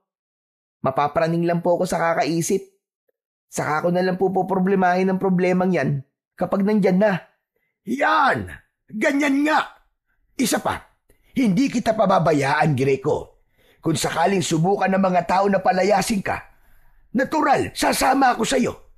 At kung saktan ka naman nila, ay lalabanan ko sila. Humantalan talaga sila sa akin. Napuno ng kasiyahan ang puso ni Greco. Napagtanto niya na napakapalad niya dahil may lolo siyang kagaya ni Lolo Agapito na sa kabila ng pagkakaroon niya ng dugo ng taong reptilian ay hindi siya nakaramdam ng panghuhusga mula rito. Bagkus, labis na pagmamahal at pag-aaruga pa ang palagi nitong ipinaparamdam sa kanya. Kinagabihan, bago matulog sina Greco at Lolo Agapito, ay nagdasal muna sila sa maliit na altar na nandun sa sala nila. Lumuhod sila roon at matiimtim silang nanalangin. Ipinagdasal ni Greco ang kaligtasan nila ng kanyang lolo, lalo na't wala silang ideya kung may mga aswang pa ba na sasalakay sa kanilang baryo.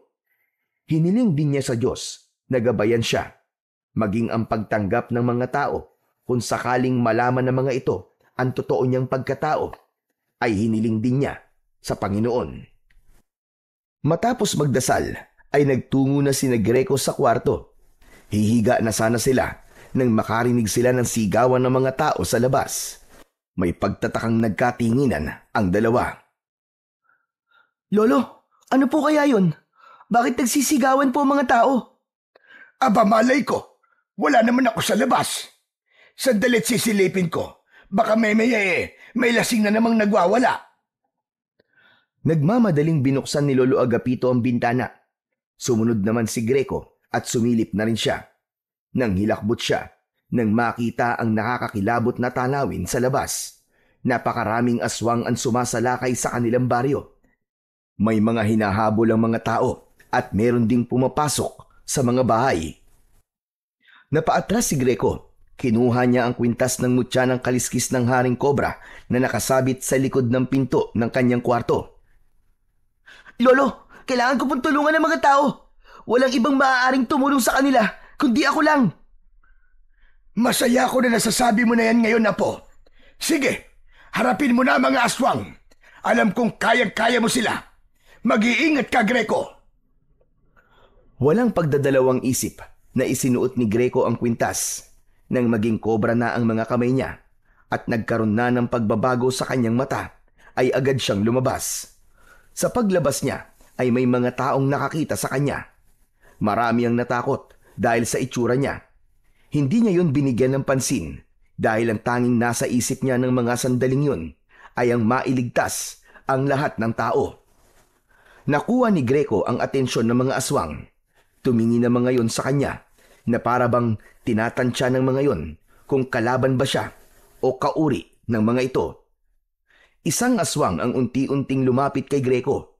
Kusang gumalaw ang kobra sa kanang kamay niya. Binugahan nito ng kamandagang aswang na agad na lumusaw dito. Doon na nagkagulo ang mga aswang. Hoy! Mga pangit na aswang!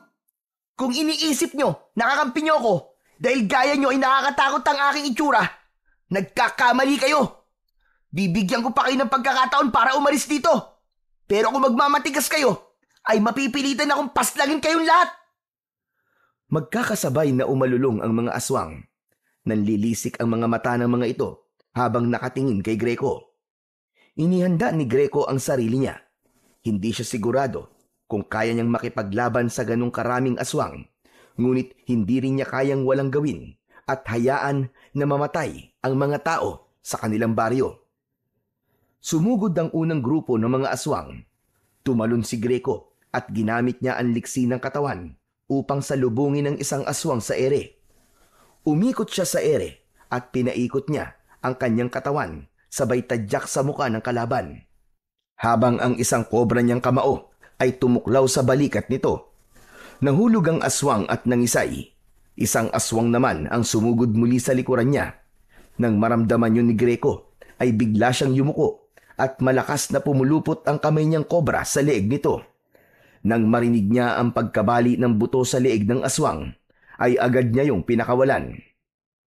Dalawang aswang pa ang umatake kay Greco, subalit mabilis na pinakawalan ng dalawang kobra ang kamandag ng mga ito.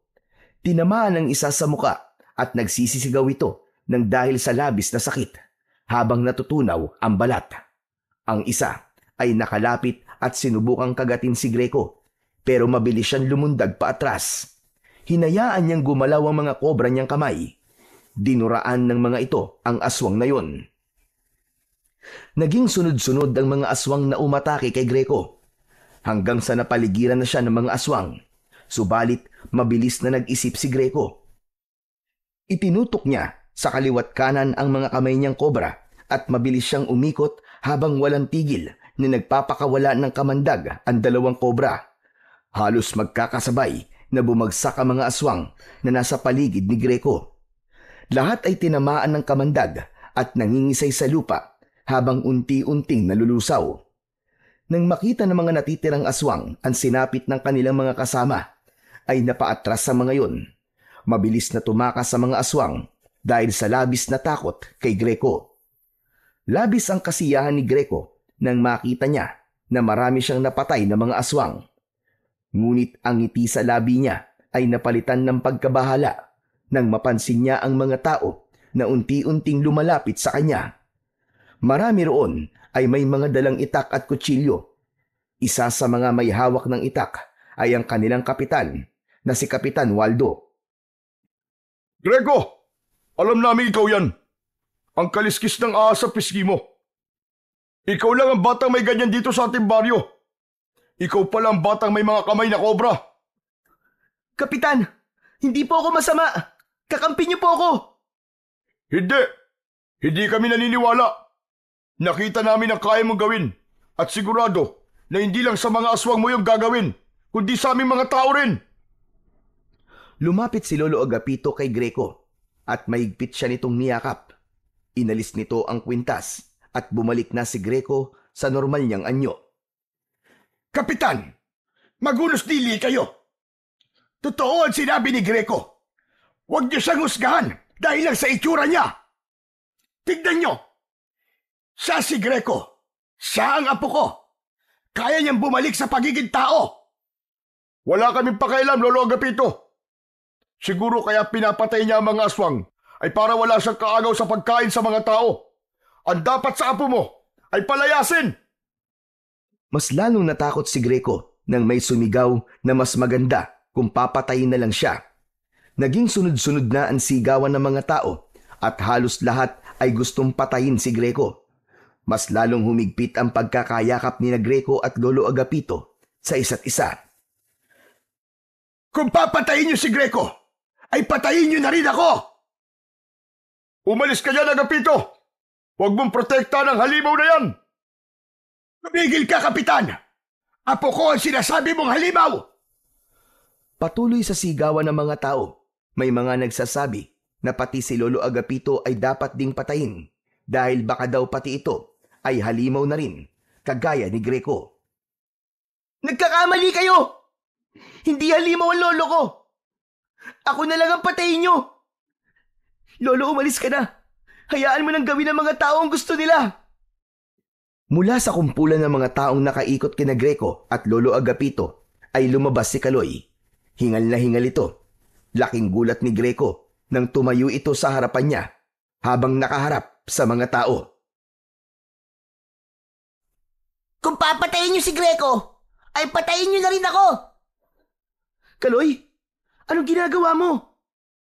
Kung hindi ako niligtas ni Greco, ay patay na sana ako ngayon. Pinatay na sana ako ng aswang. Utang ko sa kanya ang buhay ko. Umalis ka dyan, Kaloy! Huwag ka nang dumagdag sa problema namin! Talagang iniisip nyo na halimaw si Greco? Siguro halimaw ang panlabas niya, pero hindi ang panloob niya. Kahit palagi ko siyang inaaway, ay iniligtas pa rin niya ako. Saka hindi ba kayo nag-iisip? Kapag pinatay niyo si Greco, sino pa lalaban sa mga aswang? Sino pa magtatanggol sa atin? Sa tingin niyo ba, ay wala nang aswang ang sasalakay dito sa baryo natin? Marami pang nakatakas, nakita niyo naman. Sigurado ba kayo na hindi na sila babalik dito para patayin tayong lahat? Para magigante? Hindi makapaniwala si Greco na si Kaloy ang nagsabi ng mga salitang yun. Hindi ganun ang pagkakakilala niya kay Kaloy. Ang alam niya ay puro panglalait ang lumalabas sa bibig nito. Pakiramdam niya tuloy ay hindi si Kaloy ang nasa harapan niya. Natahimik ang lahat ng mga tao matapos magsalita ni Kaloy. Maging si Kapitan Waldo ay lumambot ang muka at parang may isang bagay itong napagtanto. Mga kasama, tama si Kaloy. Hindi natin pwedeng patayin si Greco. Kapag pinatay natin siya, ay wala na makikipaglaban sa mga aswang. Sa ngayon, siya lang talaga may kakayahan na harapin ang mga aswang. Nagsimulang magbulungan ang mga tao sa paligid ni Greco. Patuloy ang kaba ni Greco dahil hindi niya alam kung makukumbinsi ba ang mga tao na huwag siyang patayin. Umuwi na tayong lahat, mga kasama. Magpahinga na tayo. Dahil bukas ay marami tayong aayusin ng mga sinira ng mga aswang. Pinangunahan ni Kapitan Waldo ang pag-alis. Matapos yun, ay isa-isa nang umalis ang mga tao hanggang sina Greco, Lolo Agapito at Kaloy na lamang ang natira roon. Humarap si Kaloy kay Greco at pabiru siya nitong sinuntok sa dibdib. Magpasalamat ka sa akin at ipinagtanggol kita. Oo nga eh. Salamat, Kaloy ah. Salamat kasi kung hindi ka pa dumating, baka pinatay na ako ng mga tao. Hindi ko naman pwedeng hayaan na mamatay ang taong tumulong sa akin, no? Utang ko sa'yo ang buhay ko, Greco. Ako rin, kailangan ko magpasalamat sa'yo. Salamat kasi kahit palagi kitang inaaway, iniligtas mo pa rin ako Kahit pwede mo naman akong pabayaan ng gabing yon. Napangiti si Greco at nakipagkamay siya kay Kaloy. Sa kabila ng muntik na siyang patayin ng mga tao, ay napakasaya niya sapagkat nakahanap siya ng isang bagong kaibigan sa katauhan ni Kaloy na hindi niya inakala dahil simula nang magkaisip siya ay kaaway na ang tingin sa kanya ng batang si Kaloy. Kahit paano ay nakahinga ng maluwag sina Greco at Lolo Agapito. Labis ang pasasalamat nila kay Kaloy dahil kung hindi dahil dito ay malamang hindi maliliwanagan ang mga tao sa kung sino talaga si Greco. Sa mga sumunod na araw, matapos ang matinding laban sa mga aswang, ay hindi na muna lumalabas si Greco ng bahay. Greco, apo, hindi ka pa rin papapasok sa eskwelahan. Aba, 3 araw ka ng liban na. Nahihiya pa rin po kasi ako lumabas, Lo eh. Panigurado po, alam na rin po sa school kung ano ko. Naiintindihan kita. Pero sana ay hindi magtagal na nakakulong ka lang dito sa bahay. Kasi sa totoo lang, ay wala kang dapat na ikahiya. Para sa akin, ay isa kang bayani, apo. Ngunit kahit hindi pa kayang lumabas ng bahay, ay nalilibang pa rin si Greco dahil madalas siyang puntahan doon ni Kaloy. Nakikipaglaro ito sa kanya at kinakausap din niya ito tungkol sa iba't ibang bagay. Ipinaalam na rin niya kay Kaloy ang tungkol sa kanyang ama at sa kwintas na siyang dahilan kung bakit nagbabago ang kanyang anyo. Tol, pwede ko kayang isuot yung kwintas mo? Malay mo, maging dragon naman ang mga kamay ko, di ba? Tapos, bubuga ng apoy. Nako, mas astig yun. Walang epekto ang kwintas na to sa ibang tao, Kaloy. Ginawa talaga to para sa akin ng tatay ko. Saka, wala kang dugong taong reptilian eh. Kaya, hindi to gagana sa'yo. Pero, maswerte ka. Kasi normal ka.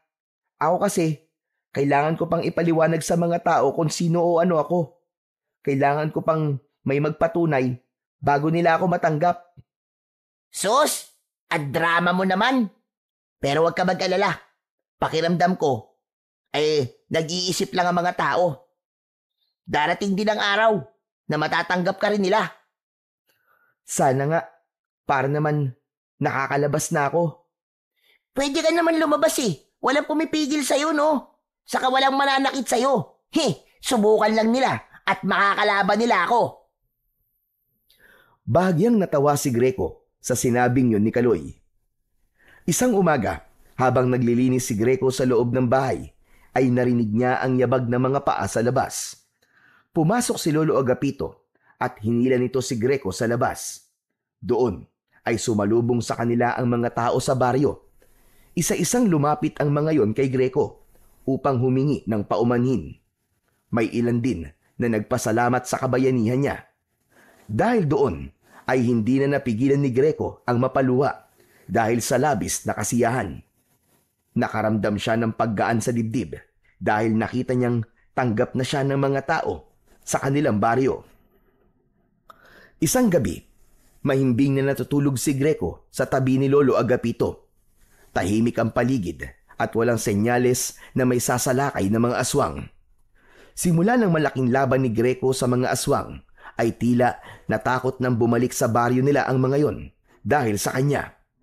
Ngunit sa gitna ng pagtulog ni Greco, ay bigla siyang napabalikwas ng gising. Habol niya ang paghinga na parabang pagod na pagod siya. Hanggang sa nakarinig siya ng huni ng mga ahas sa labas ng kanilang bahay. Nagtaka siya dahil sa tagal na nilang nakatira doon ay wala siyang nakitang ahas. Tumayo si Greco, sumilip siya sa bintana at may nakita siyang isang matangkad na lalaki na nakatayo sa harap ng kanilang bahay. Madilim, kaya hindi niya gaanong makita ang mukha ng lalaki. Habang nakatingin siya sa lalaki, ay may puwersa na nagtutulak sa kanya na lumabas. Dahil sa kagustuhan na malaman kung sino ang lalaking nasa labas, ay nagdesisyon si Greco na lumabas na ng bahay. Marahan siyang naglakad palapit sa lalaki at habang palapit siya ng palapit rito, ay nakita niya ang mga mata nito na parang ahas. May kaliskis din ito ng ahas sa braso at leeg. Kapansin-pansin din ang buntot nito na nakasayad sa lupa na alam niyang sa ahas din. Biglang kumabog ng malakas ang puso ni Greco. Ang unang pumasok sa isip niya ay baka yun ang kanyang ama na si Serpino. Mabuti naman at lumabas ka, Greco. Alam mo bang matagal na kitang hinahanap? Narinig ko na may isang batang may mga kamay na kobra ang nakikipaglaban sa baryo na ito. At alam ko na ikaw na kagad yun. Teka, kayo po ba ang tatay ko? Hindi ako ang iyong ama. Si Serpino ay kapatid ko. Mas matanda siya sa akin. Ang pangalan ko ay Kamandag. At tulad ng iyong nakikita, ako ay isang reptilian na katulad mo. Kung ganun, tiyuhin ko po pala kayo. Akala ko po kasi kayo na po ang tatay ko eh.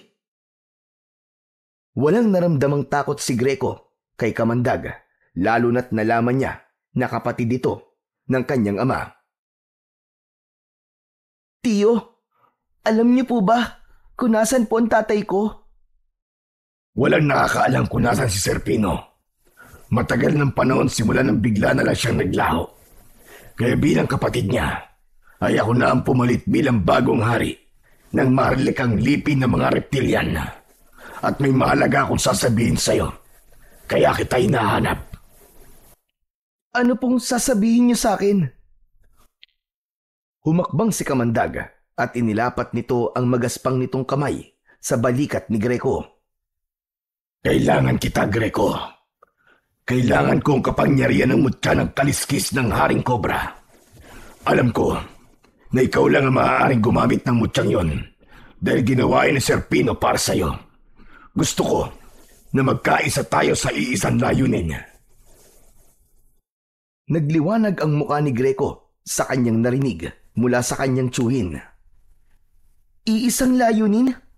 Ang ibig niyo po bang sabihin ay tutulungan niyo akong labanan ng mga aswang? Kung ganun, mas lalakas po ang pwersa natin laban sa kanila. Tiyo Kamandag, sigurado ako na mas lalo silang matatakot na sumalakay sa baryo namin. Yan ba ang layunin na iniisip mo? Yan ba ang itinanim ng taong nagpalaki sa'yo? Greco, hindi mo naiintindihan. Tayong mga reptilian ay kalaban ng mga tao. Matagal ng panahon na itinuring nila tayong mga halimaw. Marami na silang pinatay sa mga kalahi natin. At silang dahilan kung bakit kakaunti na lamang ang mga kagaya natin dito sa mundo. Teka, ibig niyo po bang sabihin? Gusto niyo po na tulungan ko po kayo na pumatay ng mga tao? Ganun na nga. Sisimulan natin dito sa baryong ito. At kapag napatay na natin ang lahat ng mga tao nito, ay dito tayo magtatayo ng ating bagong kaharian. Mula rito ay papalaganapin natin ang ating pananakop. At ikaw, Greco, bilang aking pamangkin, ay siyang magiging kanang kamay ko. Kapag nagtagal, ay hindi imposibleng ikaw ang susunod na magiging hari ng ating lipi ng maharlikang lahi ng reptilian. Bahagyang napaatras si Greco sa mga sinabi ni Kamandag. Pero, ang sabi sa akin ni Lolo Agapito ko, ang gusto ng tatay ko ay magkasundo-sundo ang mga tao at ang mga taong reptilian. Kaya niya ibinigay sa akin ng kwintas ay upang ipakita sa mga tao na kahit nakakatakot ang aking itsura, kapag suot ko ang kwintas ay kakampi nila ako. Nilinlang ka lamang ng iyong lolo. Hindi yun ang layunin ng iyong ama. Maniwala ka sa akin dahil ako ang kadugo mo. Nilikha tayo upang pumatay ng mga tao at hindi makipagkasundo sa kanila dahil napaka-imposible nung mangyari. Kaya sumama ka na sa akin, pamangkin.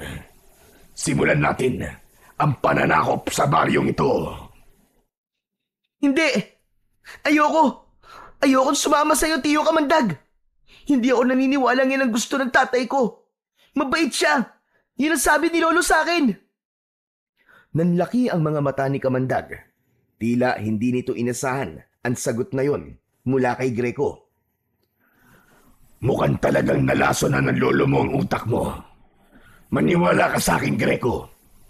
Kalaban natin ang mga tao.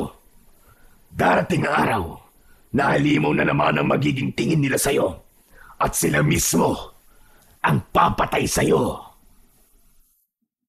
Kung sasakupin mo ang aming baryo at papatayin mo ang mga tao rito, ay handa akong kalimutan na kadugo kita. Lalabanan kita. Baka nakakalimutan mo na may dugo rin akong tao. At mas naniniwala ako sa lolo ko kaysa sa'yo na ngayon ko lang nakilala. Umalis ka na, Tiyo Kamandag, at huwag mo nang tangkain na bumalik pa rito. Dahil sa susunod na paghaharap natin, ay hindi na ako magpipigil lalabanan ka. Pagsisisihan mo na hindi ka umanib sa akin, Greco. Ito ang tandaan mo. Hindi pa ito ang huling beses na magkikita tayo. Tumalikod na si Kamandag at naglakad palayo. Nang makalayo na ito, ay biglang naging ahas ang pang-ibabang katawan nito at mabilis itong gumapang hanggang sa tuluyan itong nawala sa paningin ni Greco. Hindi muna umalis si Greco sa kinatatayuan niya. Nanatili siyang nakatingin sa lugar kung saan nawala si Kamandag. Mabilis ang tibok ng kanyang puso. Sa kabila ng tapang na ipinakita niya kanina kay Kamandag, ay hindi niya kayang itanggi sa sarili ang takot na unti-unting bumabangon sa kanyang dibdib.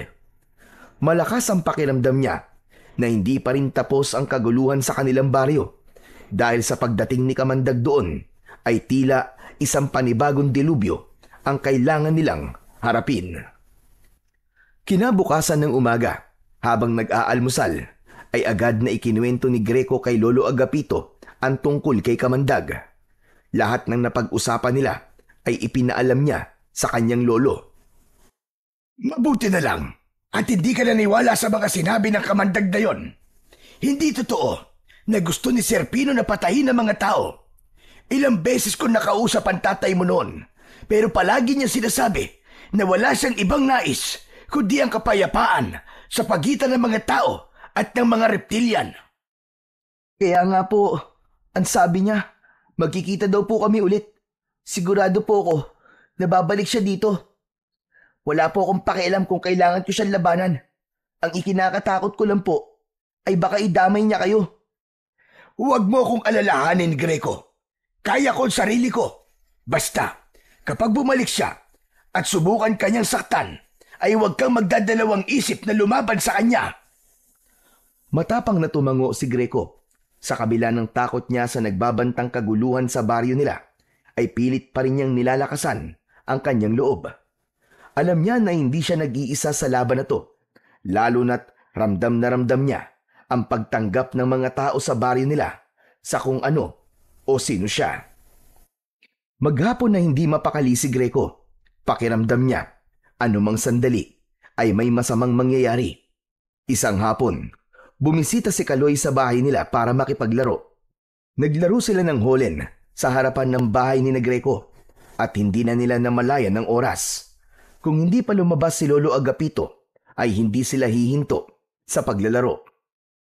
Greco, apo! Nakahain na ang hapunan! Bukas na kayo maglaro ni Kaloy!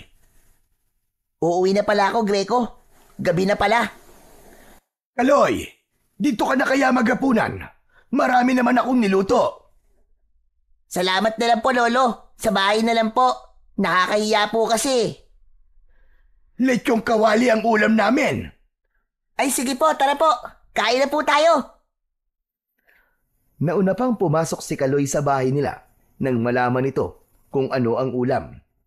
Pagdating ni Greco at Lolo Agapito sa kusina, ay nakaupo na ron si Kaloy at sumasandok na ng kanin. Umupo na rin sila at nagsimulang kumain. Habang tahimik silang kumakain, ay biglang natigilan si Greco dahil sa mabigat na presensya na kanyang nararamdaman. Binitiwan na muna niya ang kutsara at luminga na parang meron siyang hinahanap na hindi niya alam kung ano. Apo, bakit tumigil ka sa pagkain? May problema ba? Hindi ko po alam, Lolo. Bigla pong bumigat ang pakiramdam ko eh.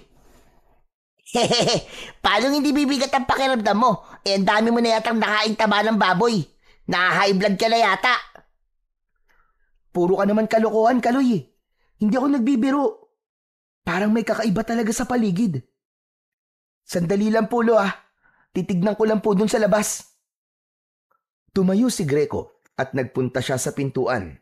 Natigilan siya nang makita si Kamandag na nakatayo sa harapan ng kanilang bahay. Nakangiti ito sa kanya, kaya kita niya ang dalawang matutulis nitong pangil. Lumalabas-labas pa ang dila nito, nakagaya sa ahas. Ang mga kamay nito ay may itim na matutulis na mga kuko, na gaya sa isang bayawak. Sinasabi ko na nga ba? Kaya ang bigat ng pakiramdam ko ay nandito ka na naman. Hindi ba? Ang sabi ko sa iyo ay babalik ako. At dahil salungat ka sa gusto kong mangyari, ay kailangan kitang patayin dahil paniguradong magiging hadlang ka lamang sa mga plano ko. Mula sa likod niya ay narinig niya ang papalapit na sina Lolo Agapito at Kaloy. Sino ba yung kausap mo dyan, Greco? Diyos ko po, anong klaseng nilalang yan? Hala, ang pangit! Parang taong tuko! Lolo, siya po si Tiyo Kamandag. Siya yung naikwento ko sa inyo kaninang umaga. Pakikuha po ang kwintas ko, Lolo. Tatapusin ko na po ito ngayong gabi. Mabilis na kinuha ni Lolo Agapito ang kwintas. Nang maibigay nito yon kay Greco, ay agad niya yung isinuot. Gumapang ang kakaibang enerhiya sa katawan niya, kasabay ng pagbabago ng anyo ng kanyang mga kamay. Lumitaw mula roon ang dalawang ulo ng haring kobra na tila galit na galit. Akala mo ba ay natatakot ako sa iyo, Greco? Mas malakas pa rin ako sa iyo kahit nasa iyo pa ang kwintas ng iyong ama. Huwag kang puro salita! Patunayan mo yung sinasabi mo sa gawa! Ngumisi si Kamandag. Hinubad nito ang damit nito at doon nila nakita ang nangingintab nitong katawan dahil sa kaliskis nito na gaya ng sa ahas. Nang biglang sumugod si Kamandag, ay hindi agad nakapag-isip si Greco. Isinalag niya ang braso niya sa matutulis na kuko ni Kamandag at napasigaw siya sa sakit. Nang masugatan siya nito, agad namang lumayo si Greco sa bahay nila upang hindi na madamay pa sina Lolo Agapito at Kaloy na takot na pinapanood ang kanilang laban. Muling umatake si Kamandag. Malakas siya nitong sinipa sa kanyang tiyan. Humagis siya at nagpagulong-gulong sa lupa. Napaubo si Greco. Lumapit sa kanya si Kamandag at sa isang iglap. Tutusukin sana siya ng buntot nito pero mabilis na nakaiwas si Greco. Gumulong siya pakaliwa at agad na tumayo. Simula pa lang, pero parang susuko ka na kagad, Greco. Anong susukod sinasabi mo? Nagsisimula pa lang mag-init ang katawan ko. Kaya huwag kang maging kampante, Kamandag! Si Greco naman ang umatake. Tumakbo siya papunta kay Kamandag. At nang bubugahan na nito ng Kamandag ng kamay niyang kobra, ay mabilis na nahawakan ni Kamandag ang ulo ng ahas ni Greco.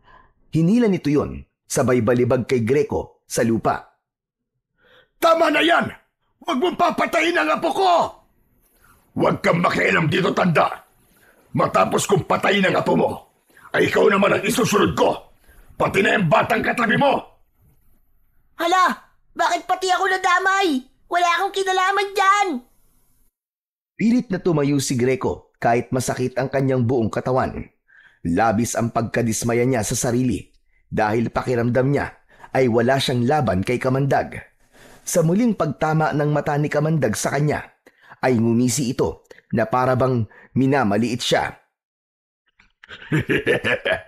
Alam ko na hanggang ngayon ay hinahanap mo pa rin ang tatay mo, Greco. Kung ako sa'yo, huwag mo na siyang hanapin dahil ako mismo magdadala sa'yo kung nasan siya sa oras na mapaslang na kita. Anong pinagsasasabi mo? Matagal ko na siyang pinatay. Patay na si Serpino. Pinatay ko siya, lihid sa kaalaman ng mga kalahi naming mga reptilian, para ako na maging hari. Patay na ang tatay mo. Sayang nga lang, hindi mo nakita kung paano siya magmakaawa sa akin na huwag ko siyang paslangin dahil gusto ko pa niyang balikan. Nanlaki ang mga mata ni Greco. Sandaling tumigil ang mundo niya at isang matinding galit ang sumiklab sa kanyang puso. Hayop ka! Wala kang puso! Papatayin kita! Malakas na sumigaw si Greco. Kasabay ng matinding galit ay ang biglang pagbabago sa kanyang katawan. Naramdaman niya ang pag-init ng kanyang dugo. Umilaw ang kintas sa kanyang leeg at tila may enerhiyang dumaloy sa kanyang mga ugat. Unti-unting nabalot ng makintab na kaliskis ng ahas ang buong katawan niya. Mula leeg, dibdib, braso at hanggang sa paa. Napaluhod siya sa lupa habang tinutubuan siya ng isang mahabang buntot ng ahas sa kanyang likuran. Humihingal na tumayo si Greco na isa ng ganap na mandirigmang taong reptilian. Ang kanyang mga mata ay sobrang liwanag at kasing dilaw ng mata ng hari ng mga kobra. Umigkas ang dalawang kamay niyang kobra at lumabas ang mahahaba ng mga dila. Hindi maaari. Tila naabot mo na ang rurok ng iyong kapangyarihan. Paano ito nangyari? At tapusin na kita, Kamandag! Sisiguraduhin ko na ikaw naman na magmamakaawa sa akin ngayon! Nang sumugod si Kamandag ay mataas na tumalon si Greco upang iwasan ito. Bumulusok si Greco papunta kay Kamandag at gamit ang kanyang buntot ay malakas niya tong hinampas sa katawan na naging dahilan para tumilapon si Kamandag at sumalpok sa isang puno. Hindi na nag-aksaya pa ng pagkakataon si Greco. Gumamit siya ng malalakas na kombinasyon ng pag-atake. Tinadyakan niya si Kamandag habang ang dalawang ahas niyang mga kamay ay walang tigil sa pagkagat dito. Sa bawat pag-atake ni Greco ay mas lalong nahihirapang makabangon si Kamandag. Hanggang sa itinaas ni Kamandag ang isang kamay. Tama na! Tama na! Susuko na ako, parang awa mo na, Greco. Huwag mo akong papatayin. Mawawala ng hari ang lipi ng mga taong reptilian kapag pinaslang mo ko. Ganyan din ba ang sinabi ng tatay ko sa'yo? Nung nagmamakaawa siya sa'yo, na huwag mo siyang papatayin? Itinutok ni Greco kay Kamandag ang dalawang ulo ng haring kobra. Sabay na bumukas ang bibig ng mga yon at binugahan si Kamandag ng kulay berding likido na diretsong bumalot sa buong katawan ni Kamandag. Nangisay si Kamandag habang sumisigaw sa labis na sakit. Unti-unti itong natunaw hanggang sa halos wala nang natira sa katawan nito. Napayuko si Greco. Ramdam pa rin niya ang init ng kanyang galit. Pero sa wakas ay natapos na ang laban nila ng kanyang tiyuhin na si Kamandag. At siya ang nagwagi. Nang lapitan si Greco, ni Lolo Agapito at Kaloy, ay sabay siyang niyakap ng dalawa. Tapos na, Apo! Tapos na! Nagtagumpay ka! Ipinagmamalaki kita, Apo! Tama po kayo, Lo. Hindi ko man po makakasama na si tatay. Ay alam ko pong naipaghiganti ko na po siya. Matapos siyang yakapin ng dalawa, ay hinubad na niya ang kwintas. Bumalik sa normal ang kanyang anyo at dahil sa mga sugat at pagod sa natapos na laban ay nawalan ng malay si Greco. Agad naman siyang sinalo ni Lolo Agapito at dinala sa loob ng kanilang bahay upang gamutin. Makalipas ang ilang linggo, matapos mamatay ni Kamandag, ay tuluyan ng nanumbalik ang katahimikan sa baryo ni Greco. Isang araw, dumating ang mga taong reptilian sa bahay ni Greco at inalok sa kanya ang trono ng hari sa kanilang lipi. Ngunit tumanggi si Greco. Mas pinili niyang manatili sa mundo ng mga tao, sa piling ng kanyang lolo at ng mga taong natutong tumanggap sa kanya. Nirespeto ng mga taong reptilian ang kanyang desisyon. Mula noon, naging kakampi na sila ng mga tao sa pagprotekta sa baryo laban sa mga panganib na maaaring bumalik. Alam ni Greco na kung nasaan man ang tatay niya, ay napakasaya nito dahil yon ang kagustuhan nito, ang magkaroon ng pagkakaisa sa pagitan ng mga nilalang ng dalawang mundo. Hanggang sa magbinata si Greco, ay nasa pangangalaga pa rin niya ang kwintas na iniwan sa kanya ni Sir Pino. tahimik siyang namuhay bilang isang ordinaryong binata. Ngunit lagi siyang handa sa oras na muling magbanta ang mga nilalang ng kadiliman sa kanilang baryo.